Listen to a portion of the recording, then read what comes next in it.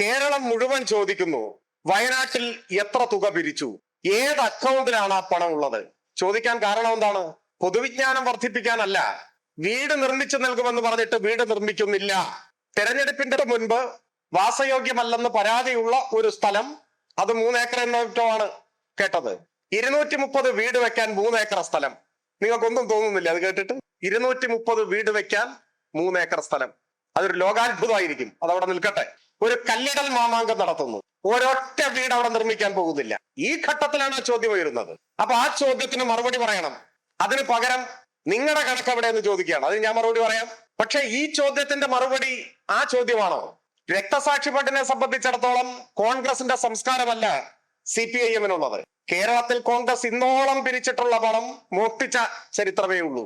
അത് K Damodara Menon, Leela Damodara Menon, Panampilly Govinda Menon, CM Stephen, ഒടുവിൽ K Karunakaran വരെ 4 വട്ടം പിരിച്ചില്ലേ കെ കരുണാകരന്റെ സ്മാരകം ഉണ്ടാക്കാൻ പൈസ? വട്ടിയൂർക്കാവിലെ സ്ഥാനാർത്ഥിയോടെങ്കിലും നിങ്ങൾ ചോദിക്കണ്ടേ ആ കാശ് എവിടെ പോയി എന്ന്?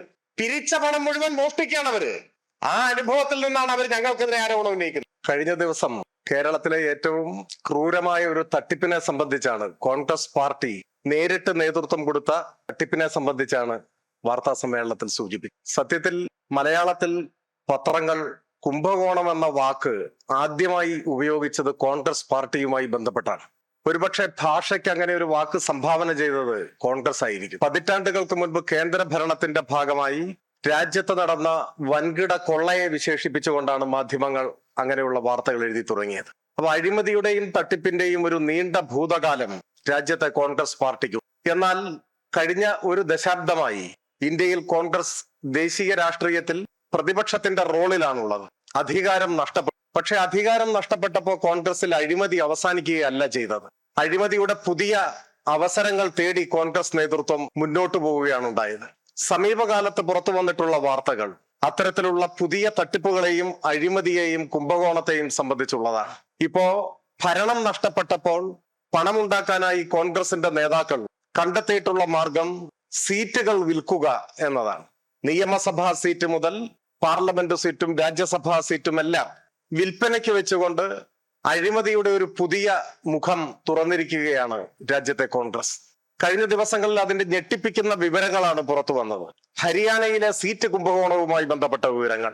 ഹരിയാനയിലെ മഹിളാ കോൺഗ്രസിന്റെ മുൻ സംസ്ഥാന ജനറൽ സെക്രട്ടറി സുചിത്ര ദേവിക്ക് മത്സരിക്കാൻ നിയമസഭാ സീറ്റ് നൽകാം എന്ന് വാഗ്ദാനം ചെയ്ത് 7 കോടിയോ മറ്റോ കോൺഗ്രസിന്റെ ദേശീയ നേതാക്കൾ കൈപ്പറ്റിയെന്നാണ് മഹിളാ കോൺഗ്രസ് നേതാവിന്റെ ഭർത്താവ് ഗൗരവ് കുമാർ പരാതി നൽകിയിരിക്കുന്നത്, വാർത്താ സമ്മേളനം നടത്തിയിരിക്കുന്നത്. കോൺഗ്രസിന്റെ ഏറ്റവും ഉന്നതരായ നേതാക്കൾ പ്രിയങ്ക ഗാന്ധിയും KC വേണുഗോപാലും കൊടിക്കുന്നിൽ സുരേഷുമാണ് ആരോപണ വിധേയരായിട്ടുള്ളവർ. ഇപ്പൊ പോലീസ് കേസ് എടുത്തിരിക്കുന്നു. ഇത് സംബന്ധിച്ച് കേവലം ഒരു ആരോപണം മാത്രമല്ല എന്ന് തെളിയിക്കുന്നതാണ് ഇത് സംബന്ധിച്ച മറ്റു വിവരങ്ങൾ. ഈ ആരോപണത്തെ സാധൂകരിക്കാൻ മതിയായ തെളിവുണ്ട് എന്നാണ് കാണുന്നത്. KC വേണുഗോപാലിന്റെയും പ്രിയങ്ക ഗാന്ധിയുടെയും PA-മാരും അവർ നേരിട്ടും പണം കൈപ്പറ്റിയതായാണ് ആരോപണം.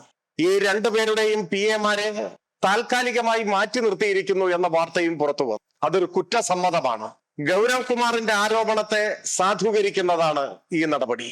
PA വഴി പണം കൈപ്പറ്റി എന്നതിന്റെ തുറന്ന കുറ്റസമ്മതമാണ്. ആരോപണം നേരിടുന്ന മൂന്നാമനെ സംബന്ധിച്ചാണെങ്കിൽ മകന്റെയും PA-യുടെയും അദ്ദേഹത്തിന്റെ തന്നെയും ബാങ്ക് അക്കൗണ്ടുകളിലേക്ക് പണം നിക്ഷേപിച്ചുവെന്നാണ്. ഗൗരവ് കുമാർ തെളിവുകളുടെ ഭാഗമായി വാട്സാപ്പ് ചാറ്റുകളും മറ്റും പുറത്തുവിട്ടു. ബാങ്ക് അക്കൗണ്ടിൽ നിക്ഷേപിച്ചതിന്റെ രേഖാപരമായ തെളിവുകൾ, ആശയവിനിമയം നടത്തിയതിന്റെ വാട്സാപ്പ് ചാറ്റുകൾ, ഇതെല്ലാം തെളിവുകളായി ഇന്ന് രാജ്യത്തിന്റെ മുൻപിലുണ്ട്.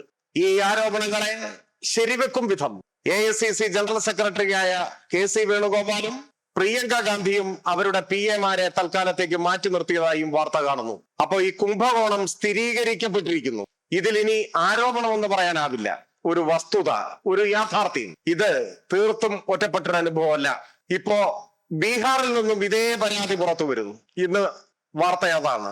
ബീഹാറിൽ കോൺഗ്രസ് മത്സരിച്ച സീറ്റുകളിൽ 90% പരാജയപ്പെടുകയാണ് ചെയ്യുന്നത്. അങ്ങനെ 90% സീറ്റുകളിലും പരാജയപ്പെടാൻ കാരണം യാതൊരു സ്വീകാര്യതയും യോഗ്യതയും ഇല്ലാത്തവരെ പണം വാങ്ങി സീറ്റ് കൊടുത്തത് കൊണ്ടാണ് എന്നാണ് ആരോപിക്കപ്പെടുന്നത്. കോൺഗ്രസിന്റെ ഒരു MLA തന്നെയാണ് ഈ ആരോപണം, ഈ പരാതി ഉന്നയിക്കുന്നത്. രാഹുൽ ഗാന്ധിയുടെ ശ്രദ്ധയിൽ ഈ കാര്യങ്ങൾ പെടുത്തുകയും നടപടി ഉണ്ടാവുമെന്ന് പറയുകയും ചെയ്തിട്ടും ഒരു നടപടിയും ഉണ്ടായിട്ടില്ല എന്നാണ് പറയുന്നത്. ഹരിയാനയ്ക്ക് പുറമെ ബീഹാറും സീറ്റ് കുംഭകോണത്തിന്റെ പേരിൽ വാർത്തകളിൽ ഇടം പിടിക്കുകയാണ്. വളരെ കൗതുകകരമായ ഒരു കാര്യം, ഏറെ പ്രാധാന്യമുള്ള നമ്മുടെ ദേശീയ തലത്തിൽ തന്നെ ശ്രദ്ധേയമായ ഒരു കുംഭകോണത്തിന്റെ വാർത്ത. അതിൽ പണം വാങ്ങിയവരായി ആരോപിക്കപ്പെടുന്ന 2 പേർ മലയാളികൾ കൂടിയാണ്. പക്ഷെ മലയാളത്തിലെ പ്രമുഖ മാധ്യമങ്ങൾ അത് കണ്ടില്ലെന്ന് നടിക്കുകയാണ്. മാധ്യമങ്ങളുടെ വക ഒരു കോൺഗ്രസ് സഹായം വാർത്ത കൊടുക്കുന്നവർ തന്നെ ഒന്ന് കൊടുത്തെന്ന് വരുത്തി ചടങ്ങ് തീർക്കുകയാണ്. നമ്മുടെ മുൻപിൽ കോടിക്കണക്കിന് രൂപ കോഴയായി കൈപ്പറ്റിയത് സംബന്ധിച്ച തെളിവ് സഹിതമുള്ള ആരോപണം. അതിനെ മാധ്യമങ്ങൾ എങ്ങനെ കൈകാര്യം ചെയ്തു എന്നത് ഒരുപക്ഷെ ഭാവിയിൽ മാധ്യമ വിദ്യാർത്ഥികൾക്ക് കൗതുകകരമായ ഒരു പാഠമായി അവശേഷിക്കും എന്നാണ് എനിക്ക് തോന്നുന്നത്. ഹരിയാനയിലും ബീഹാറിലും മാത്രമല്ല, രാജ്യവ്യാപകമായി ഈ കച്ചവടം നടക്കുന്നു എന്നാണ് മനസ്സിലാവുന്നത്. അത് നിയമസഭാ സീറ്റിന്റെ കാര്യത്തിൽ മാത്രമല്ല, കിട്ടിയ വിവരങ്ങളുടെ അടിസ്ഥാനത്തിൽ ഒരു നിയമസഭാ സീറ്റിന് ഏതാണ്ട് ദേശീയ നിലവാരം 7 കോടി രൂപയാണ് എന്നാണ് മനസ്സിലാക്കുന്നത്. കേരളത്തിലെ ഒരു രാജ്യസഭാ സീറ്റ്, ഒരു രാജ്യസഭാംഗത്വം ഇതുപോലെ പണം വാങ്ങി വിൽപ്പന നടത്തിയതാണെന്ന ആരോപണവും ചർച്ചയും മുൻപ് ഉയർന്നു വന്നിട്ടുള്ളത് സാന്ദർഭികമായി ഞാൻ ഓർക്കുകയാണ്. കഴിഞ്ഞ തദ്ദേശ തെരഞ്ഞെടുപ്പ് കഴിഞ്ഞപ്പോൾ തൃശ്ശൂരിൽ നിന്നും ഒരു വാർത്ത വന്നു. 4 തവണ കോൺഗ്രസ് സ്ഥാനാർത്ഥിയായി മത്സരിച്ച് ജയിച്ചയാൾ മാധ്യമങ്ങളുടെ മുൻപാകെ പറഞ്ഞു, മേയർ സ്ഥാനം ലഭിക്കാതിരുന്നത് പണം കൊടുക്കാത്തത് കൊണ്ടാണ്. ആദ്യമായി ജയിച്ചയാളെ മേയറാക്കി പണപ്പെട്ടിയുമായി അയാൾ ഓടി നടക്കുകയായിരുന്നു. ആ പണപ്പെട്ടിയുടെ പ്രതിഫലമാണ് മേയർ സ്ഥാനം.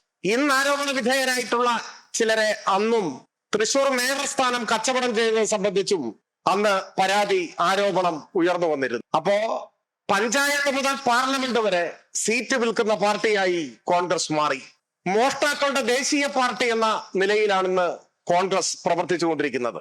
കോഴയെല്ലാം കൈപ്പറ്റുക, എല്ലാ വെട്ടിപ്പും നടത്തുക, പണം കോഴയായി കൈപ്പറ്റുന്ന ഒരു പാർട്ടിയായി കോൺഗ്രസ് മാറി.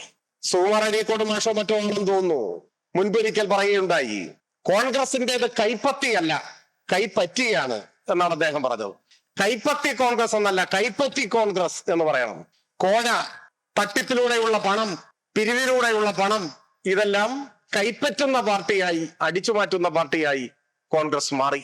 ഈ സാഹചര്യത്തിൽ ഇപ്പോൾ ഒരു നിയമസഭാ തെരഞ്ഞെടുപ്പിനെ നേരിടുമ്പോൾ കേരളത്തിലും ഇങ്ങനെയുള്ള സീറ്റ് വിൽപ്പന നടന്നതായിട്ട് പ്രാഥമികമായി തന്നെ നിരീക്ഷിച്ചാൽ ചില മണ്ഡലങ്ങളിലെങ്കിലും നമുക്ക് കാണാനാവും.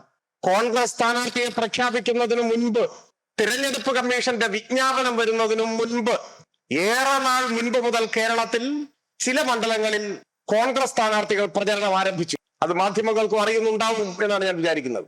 സ്ഥാനാർത്ഥിയായി പ്രചരണം നടത്തുകയാണ്, വൻതോതിൽ പണം ചെലവഴിക്കുകയാണ്. വൻതോതിൽ പണം ചെലവഴിക്കാൻ കഴിവുള്ള ചില ധനാഢ്യർ ആദ്യമേ പണം കൊടുത്ത് സീറ്റ് ഉറപ്പിച്ചതിന്റെ തെളിവാണത്. വൻതോതിൽ പണം ചെലവഴിക്കുന്നു, നിയോജക മണ്ഡലത്തിൽ പ്രത്യേകമായ ഒരു വീട് എടുത്ത് അവിടെ താമസം ആരംഭിക്കുന്നു. മാസങ്ങൾക്ക്, വർഷങ്ങൾക്ക് മുൻപാണ്, 2 വർഷമൊക്കെയായി സീറ്റ് വിലയ്ക്ക് വാങ്ങി ഇങ്ങനെ മത്സര രംഗത്ത് സ്ഥാനാർത്ഥിയായി നിൽക്കുന്നവരെ നമുക്ക് കാണാൻ പറ്റും. അപ്പോ കേരളത്തിൽ എത്ര സീറ്റ് വിറ്റു, എത്ര പണം അതുവഴി കിട്ടി എന്നുള്ളത് ഒരു പക്ഷേ ഭാവിയിൽ വാർത്തകളായി തെളിവുകൾ സഹിതം പുറത്തു വന്നേക്കാം. ജനാധിപത്യത്തെ മലീമസമാക്കുന്ന, തെരഞ്ഞെടുപ്പുകളെ കുംഭകോണം നടത്താനുള്ള അവസരമായി മാറ്റുന്ന കോൺഗ്രസിനെതിരായി എല്ലാ ജനാധിപത്യ വിശ്വാസികളും രംഗത്ത് വരേണ്ട ഒരു സമയമാണിത്. ഈ തരത്തിൽ ഹരിയാനയിലും ബീഹാറിലും കേരളത്തിലുമെല്ലാം സീറ്റ് വിറ്റ് തീർത്തും പ്രതിലോമകരമായ ഒരു രാഷ്ട്രീയ സംസ്കാരത്തിന് നേതൃത്വം കൊടുക്കുന്ന കോൺഗ്രസിനെതിരായി സത്യസന്ധമായ രാഷ്ട്രീയം ഉയർത്തിപ്പിടിക്കുന്നവരും സാംസ്കാരിക നായകരും എല്ലാം പ്രതികരിക്കേണ്ടതാണ്, രംഗത്ത് വരേണ്ടതാണ്. ഈ കോൺഗ്രസ് സംസ്കാരത്തിന്റെ ഭാഗമായാണ് വയനാട്ടിലെ ഇപ്പോഴത്തെ തട്ടിപ്പും നാം കാണേണ്ടത്. ഈ നിമിഷം വരെ എത്ര തുക പിരിച്ചെന്നോ ഏത് അക്കൗണ്ടിലാണ് പണമുള്ളതെന്നോ പറഞ്ഞിട്ടില്ല. KPCC പ്രസിഡന്റിന്റെയും പ്രതിപക്ഷ നേതാവിന്റെയും സംയുക്ത ബാങ്ക് അക്കൗണ്ടിൽ പണമുണ്ട് എന്ന് പറഞ്ഞത് ഇപ്പോൾ വിഴുങ്ങിയിരിക്കുകയാണ്. പച്ചക്കള്ളം പറഞ്ഞ് മലയാളിയുടെ ക്ഷമയെ പരീക്ഷിക്കുന്നവർ കുംഭകോണത്തിന്റെ വക്താക്കളായി നിൽക്കുകയാണ്. രാഷ്ട്രീയത്തെ മൂല്യവത്താക്കി മാറ്റാൻ കോൺഗ്രസിന്റെ ഈ അഴിമതിക്കെതിരായി, കുംഭകോണത്തിനെതിരായി എല്ലാ ജനാധിപത്യ വിശ്വാസികളും രംഗത്തിറങ്ങണമെന്ന അഭ്യർത്ഥനയാണ് നിങ്ങളിലൂടെ എനിക്ക് നടത്താനുള്ളത്. ഇത്രയുമാണ് പറയും. ഈ കോൺഗ്രസിനെ കോൺഗ്രസിന്റെ പ്രധാനപ്പെട്ട ചോദ്യം പൊതുവിൽ ചർച്ചയാകുന്നത് ഈ കണക്കെവിടെ എന്നാണ് അങ്ങ് ചോദിക്കുന്നത് പല തവണകളിലായി പ്രസംഗത്തിലും വാർത്താ സമ്മേളനത്തിലും. പക്ഷെ അപ്പൊ അവർ ചോദിക്കുന്നത് രക്തസാക്ഷികളുടെ പേര് പറഞ്ഞ് പിരിച്ച പണത്തിന്റെ കണക്ക് പോലും കണ്ണൂർ ജില്ലാ കമ്മിറ്റി പയ്യന്നൂരിന്റെ ഭാഗത്ത് തുറന്നത് പാർട്ടിയിൽ പറയാം എന്ന മറുപടിയാണല്ലോ നൽകിയത്. അപ്പൊ അതിന്റെ കണക്കെവിടെ എന്ന ചോദ്യത്തിന് മറുപടിയുണ്ടോ? ഈ ചോദ്യത്തിന്റെ തന്നെ ഒരു തകരാറ്, നിങ്ങളുടെ അല്ല, കോൺഗ്രസിന്റെ ചോദ്യത്തിന്റെ തകരാറ്. കേരളത്തിൽ ചരിത്രത്തിൽ ഇല്ലാത്തതുപോലെ ഹൃദയശൂന്യമായ ഒരു തട്ടിപ്പ് നടത്തിയിട്ട് അത് പിടിക്കപ്പെട്ട് കയ്യോടെ അപമാനിതരായി നിൽക്കുന്ന സമയത്ത് തിരിച്ചൊരു ചോദ്യം ചോദിക്കുകയാണ്. ഒരു ചോദ്യത്തിന്റെ മറുപടി മറ്റൊരു ചോദ്യമല്ല. കേരളം മുഴുവൻ ചോദിക്കുന്നു, വയനാട്ടിൽ എത്ര തുക പിരിച്ചു, ഏത് അക്കൗണ്ടിലാണ് ആ പണം ഉള്ളത്? ചോദിക്കാൻ കാരണം എന്താണ്? പൊതുവിജ്ഞാനം വർദ്ധിപ്പിക്കാനല്ല. വീട് നിർമ്മിച്ചു നൽകുമെന്ന് പറഞ്ഞിട്ട് വീട് നിർമ്മിക്കുന്നില്ല. തെരഞ്ഞെടുപ്പിന്റെ തൊട്ട് മുൻപ് വാസയോഗ്യമല്ലെന്ന് പരാതിയുള്ള ഒരു സ്ഥലം, അത് 3 ഏക്കർ എന്നോട്ടമാണ് കേട്ടത്. 230 വീട് വെക്കാൻ 3 ഏക്കർ സ്ഥലം. നിങ്ങൾക്കൊന്നും തോന്നുന്നില്ല അത് കേട്ടിട്ട്? 230 വീട് വെക്കാൻ 3 ഏക്കർ സ്ഥലം, അതൊരു ലോകാത്ഭുതമായിരിക്കും. അതവിടെ നിൽക്കട്ടെ. ഒരു കല്ലിടൽ മാമാങ്കം നടത്തുന്നു, ഒരൊറ്റ വീട് അവിടെ നിർമ്മിക്കാൻ പോകുന്നില്ല. ഈ ഘട്ടത്തിലാണ് ആ ചോദ്യം ഉയരുന്നത്. അപ്പൊ ആ ചോദ്യത്തിന് മറുപടി പറയണം. അതിന് പകരം നിങ്ങളുടെ കണക്ക് എവിടെ എന്ന് ചോദിക്കുകയാണ്. അത് ഞാൻ മറുപടി പറയാം. പക്ഷെ ഈ ചോദ്യത്തിന്റെ മറുപടി ആ ചോദ്യമാണോ? രക്തസാക്ഷി ഫണ്ടിനെ സംബന്ധിച്ചിടത്തോളം കോൺഗ്രസിന്റെ സംസ്കാരമല്ല CPIM-നുള്ളത്. കേരളത്തിൽ കോൺഗ്രസ് ഇന്നോളം പിരിച്ചിട്ടുള്ള പണം മോഷ്ടിച്ച ചരിത്രമേ ഉള്ളൂ. അത് K Damodara Menon, Leela Damodara Menon, Panampilly Govinda Menon, CM Stephen, ഒടുവിൽ കെ കരുണാകരൻ വരെ 4 വട്ടം പിരിച്ചില്ലേ കെ കരുണാകരന്റെ സ്മാരകം ഉണ്ടാക്കാൻ പൈസ? വട്ടിയൂർക്കാവിലെ സ്ഥാനാർത്ഥിയോടെങ്കിലും നിങ്ങൾ ചോദിക്കണ്ടേ ആ കാശ് എവിടെ പോയി എന്ന്? പിരിച്ച പണം മുഴുവൻ മോഷ്ടിക്കുകയാണ് അവര്. ആ അനുഭവത്തിൽ നിന്നാണ് അവർ ഞങ്ങൾക്കെതിരെ ആരോപണം ഉന്നയിക്കുന്നത്. എന്നാൽ നിങ്ങൾ ഉന്നയിച്ചിട്ടുള്ള പയ്യന്നൂരിലെ ധനരാജിന്റെ കുടുംബസഹായ ഫണ്ട് സംബന്ധിച്ചാണ് ചോദ്യമെങ്കിൽ, രക്തസാക്ഷിയുടെ പേരിൽ പിരിച്ചിട്ടുള്ള ഫണ്ടിൽ നിന്നും ഒരണ വകമാറുകയോ ദുരുപയോഗം ചെയ്യുകയോ ചെയ്യില്ല. ആ ഫണ്ട് പിരിക്കുമ്പോൾ ഞങ്ങളുടെ മുൻപിലുള്ള ലക്ഷ്യം അദ്ദേഹത്തിന്റെ കുടുംബത്തെ സംരക്ഷിക്കുക, വീട് നിർമ്മിച്ചു കൊടുക്കുക, കുടുംബാംഗങ്ങളുടെ ഭാവി സുരക്ഷിതമാക്കാൻ അവരെ സംരക്ഷിക്കാൻ ചെലവഴിക്കുക, അദ്ദേഹത്തിന്റെ പേരിൽ സ്മാരകം നിർമ്മിക്കുക, ആ കേസ് കുറ്റമറ്റ രൂപത്തിൽ നടത്തുക, അതുമായി ബന്ധപ്പെട്ട മറ്റു സംഭവങ്ങളിലെ കേസുകൾ, ആ കേസ് നടത്തുക, ഇത്തരം കാര്യങ്ങളൊക്കെയാണ് മുൻപിലുള്ളത്. ഇതെല്ലാം ഭംഗിയായി നിർവഹിക്കപ്പെട്ടു. ഈ ആരോപണം ഉന്നയിക്കുന്ന ആളുകൾ, ധനരാജിന്റെ കുടുംബം അവിടെയുണ്ട് പയ്യന്നൂര്, നിങ്ങൾക്കറിയോന്ന് എനിക്കറിയില്ല, അവരോടൊന്ന് ചോദിക്കണം. അവർ പറയും ഈ രക്തസാക്ഷി ഫണ്ട് സമാഹരിച്ചതിന്റെ ഭാഗമായി പാർട്ടി എങ്ങനെ അത് ചെലവഴിച്ചു, അവരോട് നീതി പുലർത്തിയോ, എന്താണ് അവരുടെ അഭിപ്രായം? കോൺഗ്രസിന്റെ ജൽപ്പനങ്ങളെ ചവിട്ടിയരച്ചു കളയുന്ന പുല്ലുപോലെ ആ കുടുംബം അവഗണിക്കും. ഒരൊറ്റ ഉറപ്പിക വകമാറില്ല. ഇപ്പോ അർത്ഥരഹിതമായ ബഹളം ഉണ്ടാക്കുന്നത് എന്തുകൊണ്ടാണ്? സ്ഥാനമോഹിയായിട്ടുള്ള ഒരാൾ പാർട്ടിക്ക് പുറത്തു വന്ന് കോൺഗ്രസിന്റെ പിന്തുണയോടെ മത്സരിക്കുമ്പോ അയാൾ പറയുന്ന കളവല്ലേ, പച്ച കള്ളമല്ലേ പറയുന്നത്? ഇന്നലെ ഒരു ബാങ്ക് അക്കൗണ്ട് പുറത്തു വിട്ടു. ആ ബാങ്ക് അക്കൗണ്ട് അദ്ദേഹം കൈകാര്യം ചെയ്തിരുന്ന അക്കൗണ്ടാണ്. എന്നിട്ട് പറയുകയാണ് വ്യക്തിപരമായ അക്കൗണ്ടാണെന്ന്. ഇങ്ങനെ പറയുന്ന കളവുകൾ അല്പായുസുകളായി അപഹാസ്യമായി പോകും. കേരളത്തിൽ എവിടെയായിരുന്നാലും CPIM ഏതാവശ്യത്തിന് വേണ്ടി പണം പിരിച്ചുവോ ആ ആവശ്യത്തിനല്ലാതെ അണാപ്പൈ വകമാറ്റുന്ന പ്രശ്നമേ ഇല്ല. കോൺഗ്രസ് ആയിട്ട് ഞങ്ങളെ താരതമ്യപ്പെടുത്തണ്ട, അതാണ് അവർക്കുള്ള മറുപടി. ചോദിച്ച ചോദ്യത്തിന് അവർ മറുപടി പറയട്ടെ. പറഞ്ഞാൽ പോരെ? ആദ്യം പറഞ്ഞല്ലോ, എന്റെയും KPCC പ്രസിഡന്റിന്റെയും പേരിൽ സംയുക്ത അക്കൗണ്ട് പറഞ്ഞില്ലേ? ആ പ്രസ്താവനയിൽ ഇപ്പൊ ഉറച്ചു നിൽക്കുവോ? ആ അക്കൗണ്ടിൽ ഉണ്ടോ? ആ അക്കൗണ്ട് ഏത് ബാങ്കിലാണ്? എന്തിന് ഞങ്ങൾക്ക് ഇത്ര പണം കിട്ടി, ഞങ്ങൾ 230 വീട് നിർമ്മിക്കാൻ പോകുന്നു പറഞ്ഞാ പോരെ? ഏത്? അതിന്റെ മൗലികമായ വ്യത്യാസം പറയാം. പുറത്തു വിടുന്നതിനൊന്നും പ്രശ്നമില്ലാന്ന്. പക്ഷെ ഒരു കള്ളൻ ചോദിച്ചാൽ പുറത്തു വിടേണ്ടതല്ല. ഒന്ന്, പാർട്ടി അംഗങ്ങളിൽ നിന്നും പാർട്ടി അനുഭാവികളിൽ നിന്നും മാത്രം ശേഖരിച്ച പണമാണത്. ഈ ആവശ്യത്തിന് വേണ്ടി ആ ആവശ്യം നിർവഹിച്ചുകൊണ്ടിരിക്കുകയാണ്. അതിൽ വലിയൊരു ഘട്ടം കഴിഞ്ഞു. ബാക്കി ചെലവുകൾ ഇനിയുണ്ട്. ഏത്? കേസിന്റെ ചെലവുകളുണ്ട്, മറ്റു കാര്യങ്ങളുണ്ട്. അതെല്ലാം അതത് സമയത്ത് അതിന് നേതൃത്വം കൊടുത്ത പാർട്ടിക്ക് ചർച്ച ചെയ്യുകയും അംഗീകരിക്കുകയും ഇന്ന് ഈ ആരോപണം ഉന്നയിക്കുന്ന ആൾ ഉൾപ്പെടെ അംഗീകരിക്കുകയും ചെയ്തിട്ടുള്ളതാണ്. രക്തസാക്ഷി ഫണ്ടുകൾ പിരിക്കുമ്പോ ഏത് ഘടകമാണോ പിരിവിന് ആഹ്വാനം ചെയ്യുന്നത് ആ ഘടകം കണക്കുകൾ പരിശോധിച്ച് അവസാനിപ്പിക്കുകയും തൊട്ട് മുകളിലുള്ള ഘടകത്തിന് അത് കൈമാറുകയും ചെയ്യുക എന്നതാണ് പാർട്ടി രീതി. ആ രീതി തന്നെയാണ് തുടരുന്നത്. വ്യാജമായ ആരോപണങ്ങളുടെ മുന്നിൽ അതിനപ്പുറത്തേക്ക് പോകേണ്ടതുണ്ടോ എന്ന് ഞങ്ങൾ ആലോചിക്കും. പക്ഷെ കോൺഗ്രസ് പിരിച്ചത് കോൺഗ്രസുകാരുടെ കയ്യിൽ നിന്നുള്ള പൈസ മാത്രമല്ല, പിരിച്ചത് അവരുടെ ഏതെങ്കിലും ഒരാൾക്ക് സ്മാരകം പണിയാനല്ല. ഞാൻ പറഞ്ഞല്ലോ, ലീലാ ദാമോദര മേനോന്റെ സ്മാരക കണക്ക് എനിക്കറിയണ്ട, കെ ദാമോദര മേനോന്റെ സ്മാരക കണക്ക് എനിക്കറിയണ്ട, CM സ്റ്റീഫന്റെയോ കരുണാകരന്റെയോ പനമ്പള്ളിയുടെയോ എനിക്കറിയണ്ട. വയനാട് അറിയണം. അത് ഈ നാട്ടിലുണ്ടായ ദുരന്തമാണ്. മൃതശരീരങ്ങൾ കാണിച്ച് കാശ് വാങ്ങിയതാണ്. വീട് വെച്ചു കൊടുക്കാന്ന് പറഞ്ഞതാണ്. വീടിന് തറയിട്ടിട്ടില്ല, ഉണ്ടാക്കാൻ പരിപാടിയുമില്ല. അതാണ് ചോദ്യം ചെയ്യുന്നത്. ഞങ്ങളുടേത് സുതാര്യമാണ്.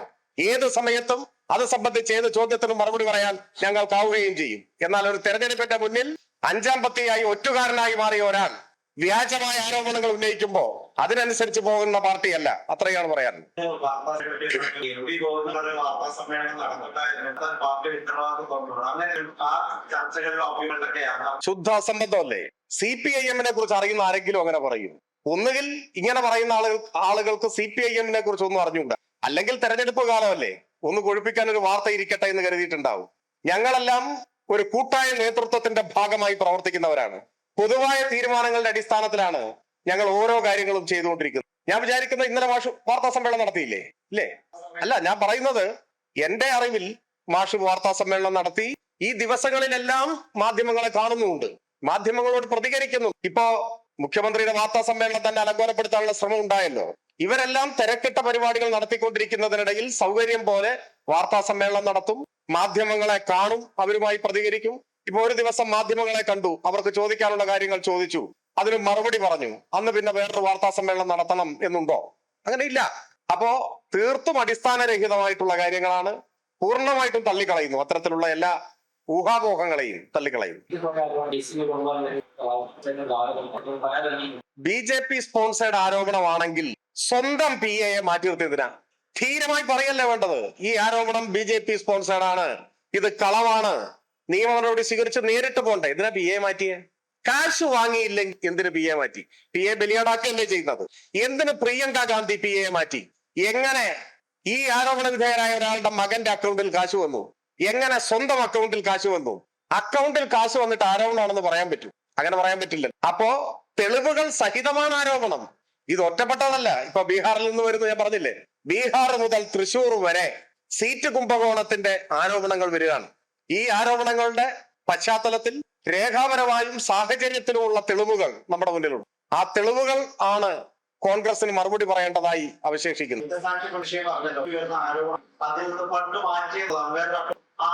മാറ്റിയ പണം തിരികെ വെക്കണം എന്നുള്ള സംവിധാനം കൂടി. അപ്പൊ അതിലൂടെ ആശയക്കുഴപ്പം ഇപ്പോഴും നിലനിൽക്കുകയല്ലേ? എന്തിനങ്ങനെ പണ്ട് മാറ്റണം ചെലവഴിച്ചു എന്ന ചോദ്യമൊക്കെ ഇപ്പോഴും നിലനിൽക്കുകയല്ലേ? അതിലൊന്നും ഒരാശയക്കുഴപ്പവുമില്ല, ആശയക്കുഴപ്പവുമില്ല, ആശയ വ്യക്തതയുണ്ട് താനും. ഞാൻ അവിടെ പറഞ്ഞു, അവിടെ ഇതെല്ലാം കൈകാര്യം ചെയ്യുന്നത് ഏതെങ്കിലും ഒരു വ്യക്തിയല്ല, ഒരു കമ്മിറ്റിയാണ്, അതിന്റെ നേതൃത്വമാണ്. പാർട്ടി ഏരിയ കമ്മിറ്റിയിൽ നിന്ന്, ഏരിയ കമ്മിറ്റിയുടെ ഫണ്ടിൽ നിന്ന് ചിലപ്പോ അത്യാവശ്യമായ ഒരു ഘട്ടത്തിൽ പണം കൊടുക്കേണ്ടി വന്നാൽ കൊടുക്കും. അപ്പോ മറ്റൊരു ഫണ്ടിൽ നിന്ന് അത് തിരികെ എടുക്കും, അത് തിരിച്ചു കൊടുക്കും. ഇതൊക്കെ ഒരു ഏരിയ കമ്മിറ്റി നടത്തുന്ന പണമിടപാടാണ്. അതിൽ ഏതെങ്കിലും വിധത്തിലുള്ളൊരു സംശയമോ ആശയക്കുഴപ്പമോ പാർട്ടിയുമായി ബന്ധപ്പെട്ട് നിൽക്കുന്ന ഒരാൾക്കുമില്ല. ഇവിടെ പ്രശ്നം എന്താണ്?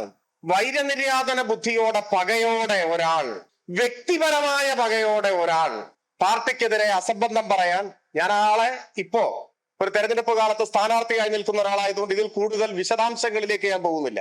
അതൊരു പ്രതിപക്ഷ മര്യാദയല്ലല്ലോ, അതുകൊണ്ട് ഞാൻ പോകുന്നില്ല. പക്ഷെ നിങ്ങൾക്ക് പരിശോധിക്കാൻ കഴിയും, അങ്ങനെ ഒരാൾ സകല കണക്കും അംഗീകരിക്കുന്ന കമ്മിറ്റിയിൽ അത് കൈയടിച്ച് പാസാക്കിയിട്ട് തെറ്റായ നിലപാട് സ്വീകരിച്ചതിന് നടപടി അംഗീകരിച്ചിട്ട് ഒക്കെ പോയ ഒരാൾ ഇപ്പൊ വീണ്ടും ആരോപണം ഉന്നയിക്കുന്നത് പോലെയാണോ തെളിവ് സഹിതം നമ്മുടെ മുമ്പിലുള്ള പ്രശ്നം? അപ്പൊ സമീകരിക്കാൻ നോക്കണ്ട, ഇത് യാതൊരു സമീകരണവും ഇല്ല. അപവാദ പ്രചരണത്തെ അപവാദ പ്രചരണമായി നേരിടും, അതിന്റെ മുന്നിൽ മുട്ടുമടക്കില്ല. കേരളത്തിലെ പാർട്ടിക്ക് ഒരു പാരമ്പര്യവും ചരിത്രവും ഉണ്ട്, കോൺഗ്രസിനും പാരമ്പര്യവും ചരിത്രവും ഉണ്ട്. അത് പക്ഷെ മോഷണത്തിന്റെയാണ്. അതിന്റെ തെളിവാണ് ഞാൻ ഇവിടെ പറഞ്ഞത്. കഴിഞ്ഞ വാർത്താ സമ്മേളനത്തിൽ നിലപാട് പാർട്ടിയുടെ SDP അടക്കമുള്ള വർഗീയ കക്ഷികളുടെ നിലപാട് വോട്ട് വേണ്ട എന്നതാണ് നിലപാട് എന്ന് പറഞ്ഞു. അതിനുശേഷം MA ബേബി അടക്കമുള്ള മുതിർന്ന പാർട്ടി നേതാക്കളോട് ചോദിക്കുമ്പോൾ അവർ പറയുന്നത് RSSനെ മാറ്റി നിർത്താൻ ഏതെങ്കിലും ഒരു കക്ഷി, അതാ ദിലീപ് അടക്കമുള്ള ആളുകൾ വോട്ട് തന്നാൽ വേണ്ട എന്ന് പറയില്ല. ദിലീപ് വർഗീയവാദ കക്ഷിയാണെങ്കിൽ SDP-യുടെ വോട്ട് വേണ്ട എന്ന് പറയാനുള്ള ആർജവം വേണ്ടേ പാർട്ടി? നിങ്ങളുടെ ചോദ്യത്തിലെ ഭൂരിപക്ഷം ഭാഗവും നിങ്ങളുടെ സംഭാവനയാണ്, ജനറൽ സെക്രട്ടറിയുടേതല്ല. ജനറൽ സെക്രട്ടറി പറയാത്ത വാക്കുകൾ നിങ്ങളുടെ ചോദ്യത്തിൽ പറഞ്ഞതായിട്ട് നിങ്ങൾ ഉന്നയിക്കുന്നുണ്ട്. അത് തീർത്തും തെറ്റാണ്. ഞാൻ കഴിഞ്ഞ തവണ ഈ ചോദ്യം വന്നപ്പോ ഒരു വാക്കുകൊണ്ട് പോലും ആ ചോദ്യത്തിൽ നിന്ന് ഒഴിഞ്ഞു മാറാതെ, ഞാൻ വിചാരിക്കുന്നത് നിങ്ങൾക്ക് തൃപ്തികരമാകുന്നത് പോലെ തന്നെ ഞാൻ അതിന് മറുപടി പറഞ്ഞിരുന്നു. അവിടെ അവസാനിച്ചതാണ്. അന്ന് മറുപടി പറഞ്ഞപ്പോ ജനറൽ സെക്രട്ടറി പറഞ്ഞ മറുപടിയെ ചൂണ്ടിക്കാണിച്ചുകൊണ്ടാണ് ഞാൻ പറഞ്ഞത്. ജനറൽ സെക്രട്ടറി ഒരു കാര്യം വ്യക്തമാക്കി, വീണ്ടും വീണ്ടും അതിനെക്കുറിച്ച് ചോദിക്കുന്നതിന്റെ സാങ്കത്യം എനിക്ക് മനസ്സിലാവുന്നേയില്ല. ഈ വിഷയത്തിൽ നിലപാടുണ്ട്. ആ നിലപാടിൽ നിന്ന് മാറുമ്പോഴാണ് അത് വിശദീകരിക്കേണ്ടത്. പ്രഖ്യാപിതമായ ആ നിലപാട് എന്താണ്? ഒരു വർഗീയ ശക്തിയുടെയും പിന്തുണ ഞങ്ങൾ തേടില്ല. എല്ലാ വർഗീയ ശക്തികളെയും ഞങ്ങൾ കലവറയില്ലാതെ എതിർക്കും. അതിന് നിറമോ രൂപമോ ഭാവമോ ഒന്നും പ്രസക്തമല്ല. വർഗീയത എന്ന പ്രവണതയ്ക്കാണ് ഞങ്ങൾ എതിര്. അത് ഏത് സംഘടനയായാലും. കുറെ കൂടി വ്യക്തമായി പറഞ്ഞാൽ, ഇന്നോളം പ്രവർത്തിച്ചു കൊണ്ടിരിക്കുന്ന എല്ലാ വർഗീയ സംഘടനകൾക്കും ഞങ്ങൾ എതിരാണ്. ഒരു പക്ഷേ നാളെ പിറക്കാനിരിക്കുന്ന വർഗീയ സംഘടനകൾക്കും ഞങ്ങൾ എതിരാണ്. ഈ വിഷയത്തിൽ കൂടുതൽ ചോദ്യത്തിന് പ്രസക്തിയേ ഇല്ല. പിന്നെ ഞാൻ ആലോചിക്കുകയായിരുന്നു, നിങ്ങൾ ഉന്നയിച്ച സംഘടന, അവര് നോമിനേഷൻ കൊടുത്തത് മരവിപ്പിച്ച വാർത്ത വന്നത് മഞ്ചേശ്വരത്താണ്. അത് സംബന്ധിച്ച് വിശദമാക്കപ്പെട്ടത് മുസ്ലിം ലീഗിന്റെ നേതാക്കൾ അഭ്യർത്ഥിച്ചു എന്നാണ്. ലീഗ് നേതാക്കളുടെ അഭ്യർത്ഥന കേട്ട് സ്ഥാനാർത്ഥിത്വം മരവിപ്പിച്ച, എന്ന് വെച്ചാൽ കൊടുത്ത നോമിനേഷൻ മരവിപ്പിച്ച ഒരു സംഘടന ഞങ്ങളുമായി എന്തിനാണ് ബന്ധപ്പെടുത്തി പറയുന്നത്? അവരുമായിട്ടല്ല ബന്ധം, അങ്ങനെയല്ലേ പറഞ്ഞു. ഞാനിപ്പോ ഈ വാർത്താ സമ്മേളനത്തിലേക്ക് വരുന്നതിന് മുൻപ് നിങ്ങൾ ആരോ ഒരു ചാനൽ റിപ്പോർട്ട് ചെയ്ത വാർത്തയുടെ ഒരു ഭാഗം യാദൃച്ഛികമായി കണ്ട. വണ്ടൂരിലെ കോൺഗ്രസിന്റെ സ്ഥാനാർത്ഥി അദ്ദേഹം പറയുകയാണ്, ഈ സംഘടനയിൽ നിന്ന് വോട്ട് സ്വീകരിക്കും എന്ന് അദ്ദേഹം പറയുകയാണ്. അപ്പൊ ചോദ്യം അതല്ലേ വേണ്ടത്? ഞങ്ങളുടെ നിലപാട് ഞങ്ങൾ വ്യക്തമാക്കിയിരിക്കുന്നു. ജനറൽ സെക്രട്ടറി പറഞ്ഞാൽ ഇത് കോൺഗ്രസ് അല്ല, ആ നിലപാടാണ് ബാധകം എല്ലാവർക്കും. മുഖ്യമന്ത്രിയുടെ വാർത്താ സമ്മേളനം ഞാൻ കണ്ടു. അദ്ദേഹവും അർത്ഥശക്കില്ലാതെ ഇത് പറഞ്ഞു. ഈ പറയപ്പെട്ട സംഘടന ഇനി ഇങ്ങനെയൊക്കെ ഞങ്ങൾ പറഞ്ഞിട്ടും ഞങ്ങൾ ഇടതുപക്ഷത്തെ പിന്തുണയ്ക്കുന്നു എന്ന് പറഞ്ഞാൽ അപ്പൊ അതിനെക്കുറിച്ച് ഒരു ചോദ്യം വീണ്ടും അവശേഷിക്കും. നോക്കുമ്പോ അങ്ങനെയും പറഞ്ഞിട്ടില്ല. മഞ്ചേശ്വരത്ത് കാണുന്നത് മറിച്ചാണ്. വണ്ടൂരിലെ സ്ഥാനാർത്ഥി പറയുന്നത് സ്വീകരിക്കും, അദ്ദേഹം സ്വാഗതം ചെയ്യുകയാണ്. അപ്പൊ ഈ ചോദ്യം അപ്രസക്തമാണ്. ഞാൻ ന്യായമായും സംശയിക്കുന്നു, നിങ്ങൾ ഈ ഒരു വിഷയം ആവർത്തിച്ച് ചർച്ച ചെയ്തുകൊണ്ടിരിക്കുകയാണ്. അത് ഉചിതമേ അല്ല. ഞങ്ങളുടെ നിലപാട് വ്യക്തം. അത് വർഗീയതയ്ക്കെതിരാണ്. എല്ലാ വർഗീയ നിലപാടുകൾ സ്വീകരിക്കുന്നവർക്കും എതിരാണ്. അവരുടെ ഒന്നും പിന്തുണ ഞങ്ങൾക്ക് സ്വീകാര്യമല്ല. ഞങ്ങൾ തേടിയിട്ടില്ല. ഞങ്ങൾ അങ്ങനെ പിന്തുണ തേടിയിട്ടില്ല. അത് മുഖ്യമന്ത്രിയും പറഞ്ഞു. ഇനി ഇതിൽ കൂടുതൽ എന്താണ് പറയേണ്ടത്? അതുപോലെ നിയമത്തിന്റെ കാര്യത്തിലും അവിടെ പറഞ്ഞത് ഇവരുടെ SDPI വോട്ട് CPM നേടിയിട്ടുണ്ട് എന്നുള്ളത്. ആര് പറഞ്ഞത്? നിങ്ങൾക്ക് അവരെയാണോ വിശ്വാസം? അല്ലല്ല, ഞങ്ങളുമായി ബന്ധപ്പെട്ട കാര്യത്തിൽ, മഞ്ചേശ്വരത്തെ കാര്യത്തിന് സാഹചര്യ തെളിവില്ലേ, മരവിപ്പിച്ചില്ലേ സ്ഥാനാർത്ഥിയെ? അല്ലാതെ ഞാൻ പറയല്ലോ ചെയ്യുന്നത്. അവര് പറഞ്ഞതനുസരിച്ച് ഡീലുണ്ടാക്കി, ധാരണയുണ്ടാക്കി, അങ്ങനെയാണോ ഞാൻ പറഞ്ഞല്ല. ഞാൻ ഉന്നയിച്ചത് ആരോപണമല്ല, ഞാൻ ചൂണ്ടിക്കാട്ടിയത് വസ്തുതയാണ്. അവിടുത്തെ സ്ഥാനാർത്ഥിത്വം പിൻവലിച്ചു, അതാണ് പറയുന്നത്. നിയമത്തെ കാര്യത്തിൽ അവിടുത്തെ സ്ഥാനാർത്ഥി പറഞ്ഞിട്ടുള്ളത് എന്താണ്? അത് ഞാൻ നോക്കി. നിങ്ങൾ ഈ പറയുന്ന വാചകം അതിലില്ല. അദ്ദേഹം വിശാലാർത്ഥത്തിൽ പറയുന്നു, BJPയെ പരാജയപ്പെടുത്താൻ എല്ലാവരും പിന്തുണക്കണം. പിന്നെ ഒരു സ്ഥാനാർത്ഥി ഇപ്പൊ വീട് കയറി വോട്ട് ചോദിക്കും, ഇല്ലേ? വോട്ട് ചോദിക്കും. അതിൽ എല്ലാ വീടുകളും ഒരുപക്ഷെ ഉണ്ടാവും. അങ്ങനെ ഒന്നും നിങ്ങൾ വ്യാഖ്യാനിക്കരുത്. അദ്ദേഹം പറഞ്ഞിട്ടുണ്ട്, എല്ലാ വർഗീയ ശക്തികൾക്കും ഞങ്ങൾ എതിരാണ്. അദ്ദേഹം അവിടെ പറഞ്ഞിട്ടുണ്ട്. അവിടെ BJPക്കെതിരായിട്ടുള്ള മത്സരമാണ് നടക്കുന്നത്. അവിടെ സാധാരണഗതിയിൽ നിന്ന് വ്യത്യസ്തമായി ഞങ്ങൾക്ക് വ്യത്യസ്ത വിഭാഗങ്ങളിൽ നിന്ന് വോട്ട് കിട്ടാൻ സാധ്യതയുണ്ട്. മാധ്യമങ്ങൾ ചൂണ്ടിക്കാണിച്ചാൽ തർക്കിക്കാൻ പറ്റില്ല. കാരണം ഒരു വിഭാഗം കോൺഗ്രസ് അവിടെ ഞങ്ങൾ വോട്ട് ചെയ്യും. കഴിഞ്ഞ ഈ തെരഞ്ഞെടുപ്പിലും ചെയ്തിട്ടുണ്ട്. അപ്പോ നിയമത്തെ കാര്യം BJP പരാജയപ്പെടുത്തുക എന്നുള്ളതാണ്. അതും ഇതുമായി ബന്ധമേ ഇല്ല. ഇത് പല മണ്ഡലങ്ങളിലും സ്ഥാനാർത്ഥിയെ നിർത്തി മത്സരിക്കുന്ന ഒരു പാർട്ടി, അല്ലെ? അവർ പല മണ്ഡലങ്ങളിലും സ്വന്തം സ്ഥാനാർത്ഥിയെ നിർത്തി മത്സരിപ്പിക്കുന്നു. ഒരു മണ്ഡലത്തിൽ സ്ഥാനാർത്ഥിത്വം പിൻവലിച്ച് ലീഗ് നേതാക്കളുടെ അഭ്യർത്ഥന പ്രകാരം പിൻവലിച്ചിരിക്കുന്നു. പലയിടങ്ങളിൽ സ്ഥാനാർത്ഥികൾ പല അഭിപ്രായവും പറയുന്നുണ്ട്. അതാണ് ഞാനിപ്പോ നേരത്തെ പറഞ്ഞത്. അതൊക്കെ അതിന്റെ വഴിക്ക് വിടാം. ഞാൻ അതിന്റെ പേരിൽ ഒരു പുതിയ ആരോപണമൊന്നും ഉന്നയിക്കാൻ ഉദ്ദേശിക്കുന്നില്ല. പക്ഷേ ഞങ്ങളുടെ നിലപാട് ഞങ്ങൾ വ്യക്തമാക്കിയിട്ടുണ്ട്. ഇനി കൂടുതൽ വ്യക്തമാക്കണമെങ്കിൽ കൂടുതൽ വ്യക്തമാക്കേണ്ട സമയങ്ങളിൽ വ്യക്തമാക്കിക്കൊണ്ടേയിരിക്കാം, നിങ്ങളുടെ തൃപ്തിക്ക് വേണ്ടി. അത്രേ എനിക്കതിൽ പറയാനുള്ളൂ.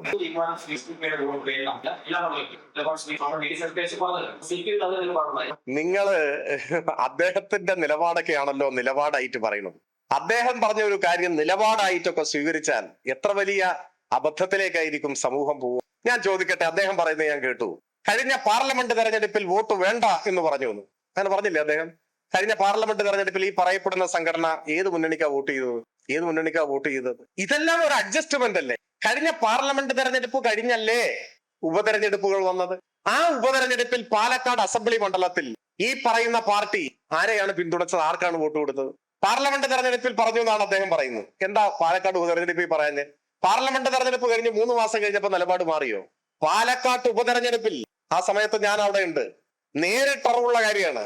ഈ പറയുന്ന സംഘടനയാണ് UDF സ്ഥാനാർത്ഥിക്ക് വേണ്ടി വീട് വീടാന്തരം കയറി അവരുടെ പ്രത്യേകമായ നോട്ടീസ് വിതരണം ചെയ്തത്. ആ നോട്ടീസില്ലേ മാധ്യമപ്രവർത്തകരുടെ കയ്യിൽ? വീട് വീടാന്തരം കയറി ഈ സംഘടന UDF സ്ഥാനാർത്ഥിക്ക് വേണ്ടി വോട്ട് പിടിച്ചു. തെരഞ്ഞെടുപ്പ് റിസൾട്ട് വരുമ്പോ പൂർണ്ണമായി വോട്ടെണ്ണി കഴിയുന്നതിന് മുൻപ് അപ്പോഴേക്ക് ഏതാണ്ട് റിസൾട്ട് പ്രവചിക്കാവുന്ന നിലയിലായി. ഭൂരിപക്ഷം മാത്രമേ കൃത്യമായി അറിയാനുള്ളൂ എന്ന നില വന്നു. വോട്ടെണ്ണൽ പൂർണ്ണമായിട്ടില്ല. ആ സമയത്ത് പാലക്കാട്ട് നഗരത്തിൽ ആദ്യത്തെ ആഹ്ലാദ പ്രകടനം നടത്തിയ പാർട്ടി ഏതാ? നിങ്ങൾ പാലക്കാട്ട് റിപ്പോർട്ടർമാരോടും ചോദിച്ചു നോക്കൂ. പാലക്കാട് നിയമസഭാ തെരഞ്ഞെടുപ്പിൽ ഉപതെരഞ്ഞെടുപ്പിൽ UDF സ്ഥാനാർത്ഥിയുടെ വിജയം ഔദ്യോഗിക പ്രഖ്യാപനം വരുന്നതിന് മുൻപ് ആദ്യത്തെ ആഹ്ലാദ പ്രകടനം നടത്തിയ പാർട്ടിയാണ് ഈ പാർട്ടി. അവരുടെ പിന്തുണയിലാണ് ജയിച്ചത് എന്ന നിലയിൽ അതെല്ലാം വാങ്ങി ഉപയോഗിച്ചിട്ട്, ആ പിന്തുണ ഉപയോഗിച്ചിട്ട് ഇപ്പോ വലിയ വായിൽ ആദർശം പറഞ്ഞാൽ ആര് ഒപ്പം മതരാഷ്ട്രവാദം ഉയർത്തിപ്പിടിക്കുന്ന ജമാഅത്തെ ഇസ്ലാമിയെ മുന്നണിയിലെ അനൌദ്യോഗിക ഘടകകക്ഷിയായി എടുത്ത് മുഴുവൻ മണ്ഡലത്തിൽ പിന്തുണ ഉറപ്പാക്കിയിട്ടാണോ മതേതരത്വം പറയുന്നത്? മതേതരത്വം എന്ന വാക്ക് പറയാൻ ഏതായാലും ജമാഅത്തെ ഇസ്ലാമിയുടെ പിന്തുണയും RSSനോടുള്ള ധാരണയും വെച്ച് പുലർത്തുന്ന പ്രതിപക്ഷ നേതാവിന് ഒരവകാശവും ഇല്ല. അല്ല, ഞാനിപ്പോ പറഞ്ഞതിന്റെ അത്തരം കഴിഞ്ഞ തവണ ഞാൻ നിങ്ങളോട് പറഞ്ഞത് എന്താണ്? ജനറൽ സെക്രട്ടറി പറഞ്ഞത് എന്താണ്? ഇത് വീണ്ടും വീണ്ടും ചോദിക്കുന്നതിന്റെ പിന്നിലുള്ള ലക്ഷ്യം ഒരു സംശയം ജനങ്ങളുടെ മനസ്സിൽ അവശേഷിപ്പിക്കുക എന്നാണ്. ആ സംശയത്തിന് ഇടയില്ലാത്ത ഞങ്ങൾ പറഞ്ഞിരിക്കുന്നു. അതോടൊപ്പം ഈ പറയുന്ന വിഭാഗം ഇപ്പോ ഇതുവരെ പ്രഖ്യാപിച്ചിട്ടുള്ള നിലപാടനുസരിച്ച് UDFന് അനുകൂലമായിട്ടാണ് ഇവിടെ മഞ്ചേശ്വരത്ത് നിലപാട് സ്വീകരിച്ചിരിക്കുന്നത്. കഴിഞ്ഞ പാർലമെന്റ് തെരഞ്ഞെടുപ്പിലും പാലക്കാട് ഉപതെരഞ്ഞെടുപ്പിലും മറ്റു തെരഞ്ഞെടുപ്പിലും എല്ലാം നിലപാട് സ്വീകരിച്ചിരിക്കുന്നു. ഇത് അവരോട് ചോദിക്കേണ്ട ചോദ്യമാണെന്നേ. അതാണ് ഞാൻ പറഞ്ഞത്. നിങ്ങൾ എന്താണ് കോൺഗ്രസ് നിങ്ങൾക്ക് വോട്ട് ചെയ്യുവോ, നിങ്ങൾ സ്വീകരിക്കുമെന്ന് എന്നോട് ചോദിക്കാത്തത്? അത് അസംഭാവ്യമാണെന്ന് നിങ്ങൾ കരുതുന്നുണ്ടല്ലേ? അതേപോലെയാണ് ഇതും. അത്രയേ ഉള്ളൂ. ഇതിനെക്കുറിച്ച് വ്യക്തമായി ഞാൻ പറഞ്ഞിട്ടുണ്ട്. ഇതല്ല, എല്ലാ വർഗീയ കക്ഷികളെയും വെച്ചിട്ട് ഞാൻ പറഞ്ഞിട്ടുണ്ട്. ഇവരുടെ ഒന്നും പിന്തുണ ആവശ്യമില്ല. ഞാൻ പറഞ്ഞിട്ടുള്ളതാണ്. ഇവരുടെ ഒന്നും പിന്തുണ നേടുന്നില്ല, ഞങ്ങൾക്ക് ആവശ്യമില്ല. ഞങ്ങൾ ഇവരെ എല്ലാം ആശയപരമായി എതിർക്കുന്നവരാണെന്ന് പറഞ്ഞിട്ടുള്ള കാര്യമില്ല. അതിലൊന്നും നിങ്ങൾക്കൊരു സംശയം ഉണ്ടാവേണ്ട കാര്യമില്ല. ഇങ്ങനെ സുവ്യക്തമായിട്ടുള്ള ധാരണ ജനങ്ങൾക്ക് തീർച്ചയുണ്ട്. ഞാനിപ്പോ ഇവിടെ തിരിച്ചറിയാൻ പാകത്തിലുള്ള കാര്യങ്ങൾ പറഞ്ഞു. പിന്നെ ഏത് ഘട്ടത്തിലും രാഷ്ട്രീയമായി ചില മര്യാദകൾ പാലിക്കണം എന്നുള്ളതുകൊണ്ടാണ് ഒരു തെരഞ്ഞെടുപ്പിൽ സ്ഥാനാർത്ഥിയായി നിൽക്കുന്ന ഒരാളുടെ പേര് ഞാൻ പറയാത്തത്. നോക്കിക്കോളൂ, കോടിക്കണക്കിന് രൂപ ചെലവഴിച്ച് 2 വർഷത്തിലധികമായി മത്സരിക്കാൻ കച്ചവടം ഉറപ്പിച്ച മണ്ഡലത്തിൽ കേന്ദ്രീകരിച്ച് പ്രവർത്തിക്കുകയും തെരഞ്ഞെടുപ്പിനോട് അടുത്ത ഘട്ടം പകുതി വിലയ്ക്ക് നിത്യോപയോഗ സാധനങ്ങൾ ആളുകളുടെ വീടുകളിൽ കൊണ്ടുപോയി വിൽപ്പന നടത്തുന്നതിന് നേതൃത്വം കൊടുക്കുകയോ ഒക്കെ ചെയ്ത കോടീശ്വരന്മാർ ഉൾപ്പെടെയുള്ളവരെയാണ് ഞാൻ ഉദ്ദേശിച്ചത്. ബാക്കി കാര്യങ്ങൾ നിങ്ങൾ അന്വേഷിച്ചിട്ട് മനസ്സിലാക്കി. ഞാൻ പറഞ്ഞില്ല, ഞാൻ ഈ ഒരു തെരഞ്ഞെടുപ്പിന്റെ മുന്നിൽ നിൽക്കുമ്പോൾ നമ്മൾ ശക്തമായ വിയോജിപ്പ് പ്രകടിപ്പിക്കുന്ന മുന്നണികളും പരസ്പരം പോരടിക്കുകയാണെങ്കിലും നമ്മൾ പാലിക്കേണ്ട ചില മിനിമം മര്യാദ ഉണ്ട്. അത് മാത്രമേ ഉള്ളൂ, മിനിമം മര്യാദ. നാളെ ഇതിന് എന്തെങ്കിലും പ്രതികരണം UDFൽ നിന്ന് വന്നാൽ അപ്പോ അവർക്ക് വ്യക്തത വരാൻ വേണ്ടി ബാക്കി കാര്യങ്ങൾ നമുക്ക് പറയുകയും ചെയ്യാം. ഞാനിപ്പോ പറഞ്ഞതിൽ തൊട്ടു കാണിക്കുന്നത് പോലെയുള്ള തെളിവുകളുണ്ട്. നിങ്ങൾക്ക് അത് ബോധ്യപ്പെടുന്നതുമാണ്. ഞാനിപ്പോ പേര് പറയുന്നത് ഒരു പൊതുമര്യാദ ഇടതുപക്ഷത്തിന്റെ ഭാഗമായി നമ്മൾ മാധ്യമങ്ങളെ കാണുമ്പോൾ പാലിക്കണമല്ലോ, അതുകൊണ്ട് മാത്രം. ഇതില് നമ്മൾ കാണേണ്ട ഒരു കാര്യം, വികസന സംബന്ധിയായ ചർച്ചകൾക്ക് പ്രതിപക്ഷ നേതാവോ UDFോ സന്നദ്ധമാവുന്നില്ല എന്ന നിർഭാഗ്യകരമായ ഒരു പ്രശ്നമുണ്ട്. അവർ ആ വിഷയത്തിൽ നിന്നും മാറിയാണ് പലപ്പോഴും മാധ്യമങ്ങളോട് പ്രതികരിക്കുന്നതും പ്രസംഗിക്കുന്നതുമല്ല. ഞങ്ങൾ വീണ്ടും വീണ്ടും ആവശ്യപ്പെടുന്നത് 10 ഭരണത്തെ വിലയിരുത്തിക്കോളൂ, സംബന്ധിച്ചുള്ള വിമർശനങ്ങൾ ഉയർത്തിക്കോളൂ. അദ്ദേഹം ഇപ്പൊ പറഞ്ഞതായി പറയുന്ന കാര്യത്തിനും ഒരടിസ്ഥാനവുമില്ല. കേരളത്തിൽ തുടർച്ചയായി വരുന്ന ഗവൺമെന്റുകൾ തുടർച്ചയായ സംഭാവനകൾ കൊടുക്കുന്നുണ്ടാവാം, അത് ഞാൻ നിഷേധിക്കുന്നില്ല. ഇപ്പൊ ഒരു ഗവൺമെന്റിന്റെ കാലത്ത് ആരംഭിച്ച ഒരു പദ്ധതി അടുത്ത ഗവൺമെന്റ് ചിലപ്പോൾ പൂർത്തിയാക്കും. ഒരു ഗവൺമെന്റിന്റെ കാലത്ത് തുടക്കമിട്ട ഒരു പദ്ധതി, തുടക്കമിടുക എന്ന് പറഞ്ഞാൽ ചിലപ്പോ പണി തുടങ്ങുകയായിരിക്കില്ല, അതിനു മുൻപ് ആ പദ്ധതി തയ്യാറാക്കണം, ഭരണാനുമതി ലഭിക്കണം, സാങ്കേതിക അനുമതി ലഭിക്കണം, ആദ്യം സാധ്യതാ പഠനം നടത്തണം. ഇങ്ങനെയെല്ലാം വിവിധ ഘട്ടങ്ങളിലൂടെയല്ലേ വലിയ പദ്ധതികൾ കടന്നു വരിക. അപ്പൊ അതിന് ഒരു ഗവൺമെന്റ് തുടങ്ങിയാൽ ചിലപ്പോൾ അടുത്ത ഗവൺമെന്റ് ആയിരിക്കും തുടരുക. അതൊക്കെ സ്വാഭാവികം. ഇപ്പൊ വിഴിഞ്ഞം ഏത് കാലത്താണ് ഇതിന്റെ സാധ്യതാ പഠനവും ഈ ആശയവും ആരംഭിച്ചത്? കണ്ണൂർ വിമാനത്താവളം. ഇപ്പോ കണ്ണൂർ വിമാനത്താവളം അതിന്റെ സൃഷ്ടാവ് EK നായനാരാണ് എന്ന് പറഞ്ഞത് വേറെ ആരുമല്ല, CM ഇബ്രാഹിം ആണെന്നാണ് എന്റെ ഓർമ്മ. മുൻ കേന്ദ്ര വ്യോമയാന മന്ത്രിയും മറ്റുമായിരുന്നു. ഇങ്ങനെ ഓരോ വൻകിട പദ്ധതികൾ എടുത്തു നോക്കിയാലും അതിന്റെ പിന്നിൽ ആദ്യം മുതലുള്ള ഭരണകർത്താക്കളെ നമുക്ക് കാണാൻ പറ്റും. ഉദ്ഘാടനം ചെയ്യുകയോ ഏതെങ്കിലും ഒരു ഘട്ടവും മാത്രമല്ല. ഇവിടെ അതല്ല പ്രശ്നം. ഇപ്പൊ വിഴിഞ്ഞത്തിന്റെ കാര്യത്തിൽ കടൽക്കൊള്ള എന്ന് പറഞ്ഞാൽ അതിൽ ഇപ്പോഴും ഉറച്ചു നിൽക്കുന്നു. ഏതിനെ കടൽക്കൊള്ള എന്ന് പറഞ്ഞ വിഴിഞ്ഞം തുറമുഖത്തിനാണോ? അല്ല, വിഴിഞ്ഞം തുറമുഖം വേണ്ട എന്ന നിലപാട് ആരെങ്കിലും എടുത്തിട്ടുണ്ടോ? എടുത്തത് കോൺഗ്രസ് മാത്രമാണ്. വിഴിഞ്ഞം തുറമുഖത്തിന്റെ പണി ഉടൻ ആരംഭിക്കണമെന്ന് പറഞ്ഞ് മനുഷ്യച്ചെങ്ങല നടത്തിയ പ്രസ്ഥാനത്തിന്റെ പേരാണ് LDF. ചരിത്രത്തിലുണ്ട്. പിന്നെ ഏത് ഘട്ടത്തിലാണ് ഇത് കടൽ കൊള്ള എന്ന വിമർശനം ഉന്നയിച്ചത്? അദാനിയുമായി ധാരണാപത്രം ഒപ്പുവെച്ചപ്പോ കേരളത്തിന്റെ താല്പര്യങ്ങൾ സംരക്ഷിക്കപ്പെട്ടില്ല. അതിൽ നിങ്ങൾക്ക് അഭിപ്രായ വ്യത്യാസമുണ്ടോ? നിങ്ങൾ ആ കണക്കൊന്ന് പരിശോധിക്കും. വിഴിഞ്ഞം തുറമുഖത്തിന്റെ നിർമ്മാണവുമായി ബന്ധപ്പെട്ട മുതലിൽ എത്ര ശതമാനമാണ് അദാനി വഹിക്കുന്നത്? എത്ര ശതമാനമാണ് കേന്ദ്ര സർക്കാർ വഹിക്കുന്നത്? എത്രയാണ് കേരളം? സിംഹഭാഗവും കേരളം അല്ലേ? പക്ഷെ ഇതുകൊണ്ടുള്ള നേട്ടം പതിറ്റാണ്ടുകൾ നമ്മൾ കാത്തിരിക്കണ്ടേ? അദാനിക്കല്ലേ പോകുന്നത്? അതിലെ സുതാര്യതയില്ലായ്മ, അഴിമതി, അതാണ് ഞങ്ങൾ ചൂണ്ടിക്കാട്ടുന്നത്. അഴിമതി ഉണ്ട്. പക്ഷേ വിഴിഞ്ഞം തുറമുഖം വേണം, കേരളത്തിന്റെ താല്പര്യങ്ങൾ സംരക്ഷിച്ച്. അതിന് സമരം നടത്തിയിട്ടുണ്ട് ഞങ്ങൾ. എന്നാൽ ഈ കരാർ ഒപ്പിട്ട് അതുമായി മുൻപോട്ട് പോയത് കൊണ്ട് പിന്നെ വരുന്ന ഗവൺമെന്റിന് പിൻവാങ്ങാൻ പറ്റില്ല. അതാണ് നമ്മുടെ ദുര്യോഗം. എന്നാൽ അവസാനം തുറമുഖം യാഥാർത്ഥ്യമാകുന്ന ഘട്ടം ജനങ്ങൾക്കിടയിൽ തെറ്റിദ്ധാരണ പരത്തി തുറമുഖം തടസ്സപ്പെടുത്താൻ സമരം ചെയ്തതിന്റെ മുന്നിൽ ഈ പ്രതിപക്ഷ നേതാവുണ്ട്. പിന്നെ മറ്റു പദ്ധതികൾ, ഗെയിൽ പാതി വഴിയിൽ ഉപേക്ഷിച്ച പദ്ധതിയാണ്. അതാണ് LDF വന്നപ്പോഴാണ് തർക്കങ്ങൾ പരിഹരിച്ച്, പരാതിക്കാരെ മുഖവിലക്കെടുത്ത് തർക്കങ്ങൾ പരിഹരിച്ച് അത് പൂർത്തിയാക്കി.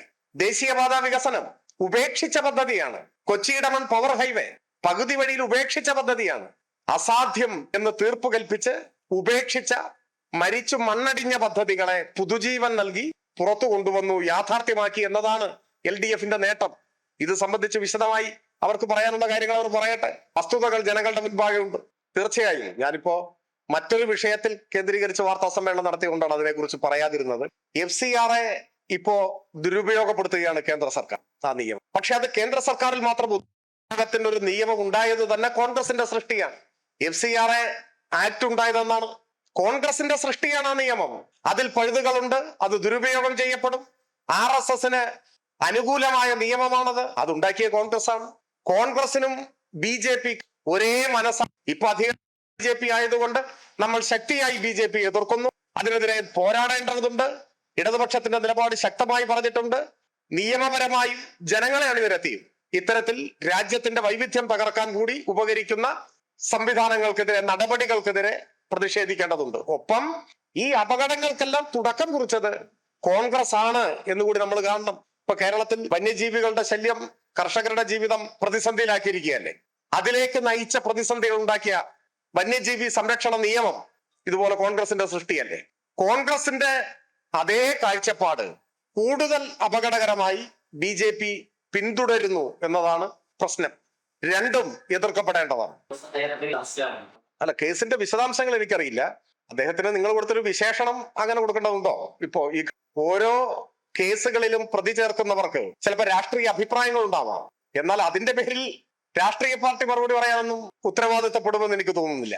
പകരം അതിൽ കവിഞ്ഞ എന്തെങ്കിലും ഉത്തരവാദിത്തങ്ങൾ ഉണ്ടെങ്കിൽ അദ്ദേഹം ഒരു ചുമതല വഹിച്ചതിൽ നിന്ന് ഒഴിവായ സാഹചര്യം തന്നെ നമുക്ക് എല്ലാവർക്കും അറിയാം. ഇത്തരം കേസുകളോട് ഇടതുപക്ഷം പുലർത്തുന്ന ഒരു സമീപനവും സുവ്യക്തമായ ഒരു നിലപാടുണ്ട്. എല്ലായ്പ്പോഴും ഇരയോടൊപ്പം, പരാതി ഉന്നയിച്ചവരോടൊപ്പം നിൽക്കുക, അവർക്കെല്ലാ പിന്തുണയും നൽകുക, എല്ലാം നിയമപരമായ പരിശോധനയ്ക്ക് വിധേയമാവുക, അത് അതിന്റെ വഴിയിൽ പോവുക എന്നുള്ളതാണ്. ആ കാര്യത്തിൽ ഉറച്ച നിലപാടാണ്, അതിപ്പോഴും സ്വീകരിക്കുന്നു. മറ്റൊരു പ്രശ്നവും അത് സംബന്ധിച്ച് ഇപ്പോ എന്നാ പിന്നെ ഇന്ന് അവസാനിപ്പിക്കാൻ തോന്നുന്നു. ആവട്ടെ.